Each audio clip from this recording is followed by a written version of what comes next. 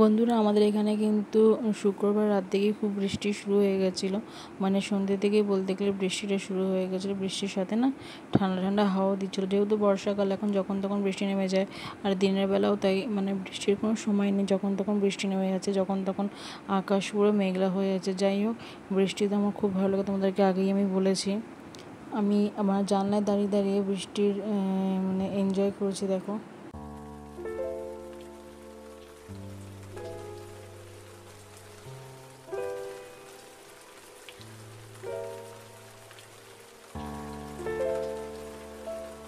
Good morning বন্ধুরা, কেমন আছো তোমরা সবাই? আশা করি সবাই খুব ভালো আছো। অনেকদিন ধরে ভিডিও করা হয় না, শ্যুট করা হয় না, ব্লগও দেওয়া হয় না। তো ভাবছি যে আজকের দিনটা তোমাদের সাথে শেয়ার করবো। আজকে আমার একটা জায়গায় যাওয়ার কথা আছে। অনেক তাড়াতাড়ি উঠে গেছে আজকে। এখন বাজে 6:45। তো আজকে আমার তাড়াতাড়ি ঘুমও ভেঙে গেছে। কোথাও যাওয়ার হলে আগে ঘুমটা ভেঙে যায়। তো চলো তোমাদের সাথে শেয়ার করবো কোথায় যাবো, আর যতটা পারি শেয়ার করার চেষ্টা করব। সকালবেলা উঠে দেখছি একই কন্ডিশন, পুরো মেঘলা আকাশ, সারা রাত ধরে বৃষ্টি হয়েছে। আর দেখো এখানে বন্ধুরা, মানে বৃষ্টি হওয়ার কারণে এখানে আমাদের পাড়াতে না সামনে একটা পুকুর আছে। পুকুর থেকে মাঝে মাঝে মাছ চলে আসে। তো দেখো, আমরা একটা উপর থেকে একটা ছোট্ট কই মাছ দেখতে পেয়েছি। তো এই কই মাছটা দেখে আমি আর বাবা উপর থেকে দৌড়ে চলে এসেছি যে এই মাছটাকে আমরা নিয়ে যাব। এই মাছটাকে নিয়ে আমরা আমাদের অ্যাকোরিয়ামে রাখবো। তাই বাবা মাছটাকে ধরে দেখছে যে মাছটা বেঁচে আছে না মারা গেছে।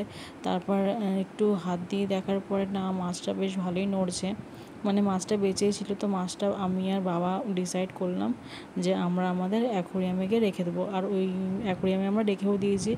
ওই ভিডিওটা অন্য সময় দেখাবো, দেখি কতদিন মাছটাকে আমরা বাঁচিয়ে রাখতে পারি। এটাও কিন্তু একটা আমাদের কাছে টার্গেট।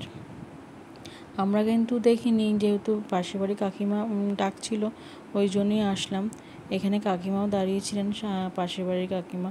উনি বললেন যে এখানে একটা মাছ এসছে। তো ওই মাছটা, এই দেখো কাকিমা ওখানে দাঁড়িয়ে আমাদেরকে বলছিলেন যে এখানে মাছটা আছে। তো এই মাছটা দেখে আমি আর বাবা আর থাকতে পারিনি।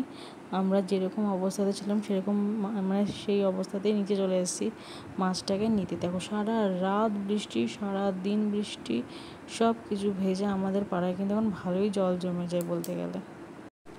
তারপরে মাছটাকে অ্যাকোরিয়ামে রেখে দেওয়ার পরে সমস্ত কাজবাজ করে চলে এসেছিলাম রান্নার দিকে। আজকে যেহেতু আমাদের শনিবারে আমরা নিরামিষ খাই।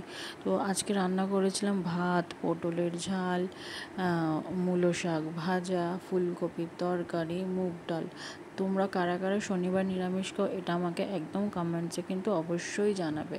আমাদের কিন্তু এভরি স্যাটারডেতে নিরামিষ রান্না হয়। দুপুরবেলা একটা ভাত ঘুম দেওয়ার পরে একদম হাত পা ধুয়ে ফ্রেশ হয়ে চলে এসেছিলাম উপরে, যেহেতু আমাদের ঠাকুরঘর উপরে। আর সন্ধে দেবো বলে চলে এসেছিলাম। অনেক দিন পর ইচ্ছে হলো একটু শাড়ি পরে বাইরে যাব, যেহেতু আমাদেরকে বলেছিলাম যে আজকে একটা জায়গা যাওয়ার কথা আছে। তো শাড়িটা পরেই সন্ধে দিয়েছিলাম, ভেবেছিলাম যে শাড়ি পরেই যাব, কিন্তু যা বৃষ্টি শুরু হয়েছে শাড়ি পরে আর যাওয়া হলো না। তাই শাড়ি পরে সন্ধ্যাটা দিয়ে নিলাম, গেছিলাম কিন্তু কুর্তি পরে। এই দেখো, বাইরে যাব কি, বাইরে যাওয়ার আগেই মুষলধারে বৃষ্টি আবার শুরু হয়ে গেল। বাইরে পুরো একদম সাদা মেঘলা হয়ে আছে, ঝমঝমে বৃষ্টি নেমে গেল। ভাবছি কিছু, ভেবেছিলাম শাড়ি পরে যাব বাইরে একটু মার্কেটে, কিন্তু আজকে আর শাড়ি পরে যাওয়া হলো না। So sad. আমি যেটা ভাবি সেটা আমার সাথে কোনোদিনও হয় না, তার উল্টোটাই আমার সাথে হয়। শেষমেশে আমি আর মা দুজনেই ডিসাইড করলাম যে আজকে আমি আর মা দুজনেই কুর্তি পরে মার্কেটে যাব। যেহেতু বাইরে প্রচুর বৃষ্টি হচ্ছে, এই জন্য আমি আর মা আজকে কুর্তি পরেই বাইরে গিয়েছিলাম। তারপরে আমি আর মা স্টেশনে দেখি ফল বিক্রি হচ্ছে। এখানে সেদিনকে প্রচুর ফলের দোকান ছিল। তো আমি আর মা দাঁড়িয়ে দাঁড়িয়ে কিছু কথা বলছিলাম ওখানে সাইডে। আর আমি একটু শ্যুট করেছিলাম, যেহেতু অনেকদিন পর বাইরে আসা হয়েছিল, তাই আমি ঘুরিয়ে ঘুরিয়ে এদিক ওদিক শ্যুট করছিলাম। আর আজকে রাস্তা কিন্তু একদমই ফাঁকা ছিল, তখন প্রায় কিন্তু 8টার মতো। এবার তোমাদের বলে দিই, আমি আর মা গেছিলাম গোপাল সোনার জন্য কিছু শপিং করতে। যেহেতু সামনেই জন্মাষ্টমী, তাই গোপাল সোনার জন্য নতুন নতুন সব জিনিস কিনতে, ওর জামা, ওর মাথার টোপর, ওর হাতের চুড়ি, কানের, গলার সব কিছু নতুন আনতে। যেহেতু সেদিনকে গোপু সোনার জন্মদিন, তাই আমরা সবাই জানি জন্মাষ্টমীর দিন যাদের বাড়িতে গোপাল আছে তারা গোপাল ঠাকুরকে সুন্দর করে সাজিয়ে গুছিয়ে পুজো করে। তারপরে রাতে বাড়ি আসার পর রাতে ডিনারটা কমপ্লিট করেছিলাম রুটি আর আলুর দম দিয়ে। তোমাদের এই ভিডিওটা কেমন লাগলো প্লিজ আমাকে কমেন্টস করে জানিও। আর তোমাদের কার কার বাড়িতে গোপাল সোনা আছে সেটাও আমাকে কিন্তু অবশ্যই